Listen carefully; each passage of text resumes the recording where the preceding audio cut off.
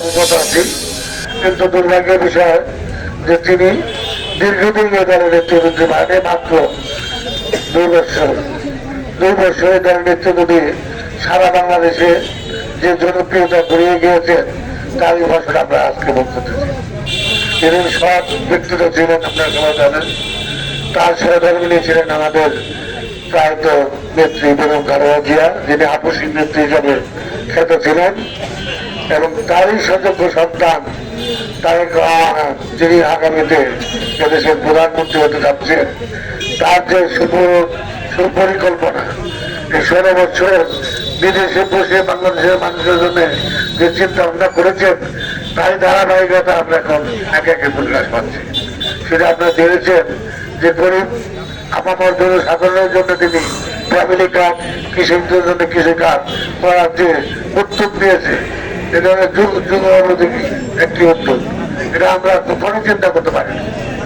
যখন গরিব মানুষ তার একটা ফ্যামিলি কার্ড হবে, সে কার্ডের প্রতি মাসে 3,000 বা 2,000 টাকা সরকার থেকে আসবে, সেটাকে তিনি আপদ বিপদে ফ্যামিলির জন্য কাজে লাগাবেন। এবং কৃষকের তার সার, বিভিন্ন ধরনের যন্ত্রপাতি কেনার জন্য যে কার্ড হবে, সেটা সরকার থেকে সবসময় তার কাছে থাকবে, এবং তার যখন প্রয়োজন তখনই তিনি সেটা ব্যবহার করবেন। যাই হোক, আজকে যারা এই এত বড় একটা মিছিলের জন্য আয়োজন করেছেন, তার মধ্যে আমাদের ছোট ভাই অ্যাডভোকেট হুমায়ুন কবির বারবার আমাকে ফোন করে এখানে আসার জন্য অনুরোধ করেছেন।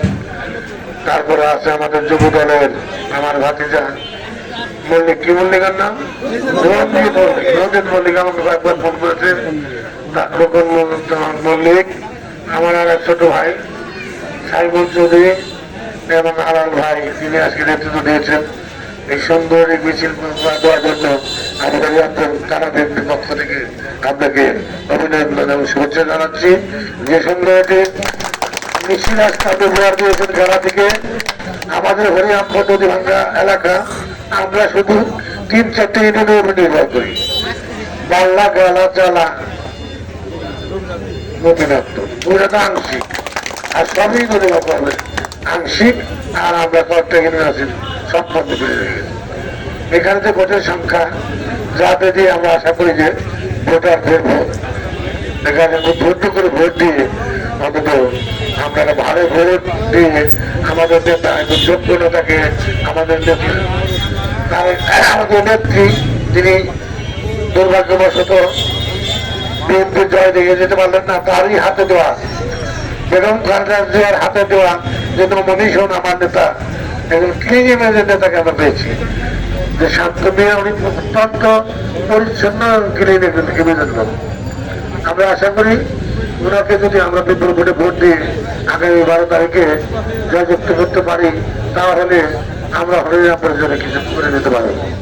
সেটা আপনাদের এবং দেশের জনগণের জন্য কাজ। আমরা সবাই জানবো যে আমরা এই সব ইউনিয়নের লোকজনগুলো যাতে স্বতঃস্ফূর্তভাবে সকাল থেকে 5টা পর্যন্ত এনে ভোট দেওয়ার ব্যবস্থা করবো। আমাদের যারা নেতাকর্মী আছেন, আমি সবাইকে নির্দেশনা প্রদান করতে অনুরোধ করছি, আপনারা ঘরে বসে না থেকে প্রত্যেকের ঘরে ঘরে দিয়ে ধানের শেষে ভোট চান এবং নির্বাচনের দিন সবাইকে এনে এখানে ভোট দেওয়ার ব্যবস্থা করবেন। এই বলে আমি আমার সংক্ষিপ্ত বক্তব্য শেষ করছি। আবার দেখা হবে রাতে। ধন্যবাদ সবাইকে। আসসালামু আলাইকুম। হরিরামপুর থানা বিএনপির সভাপতিকে এত মূল্যবান বক্তব্য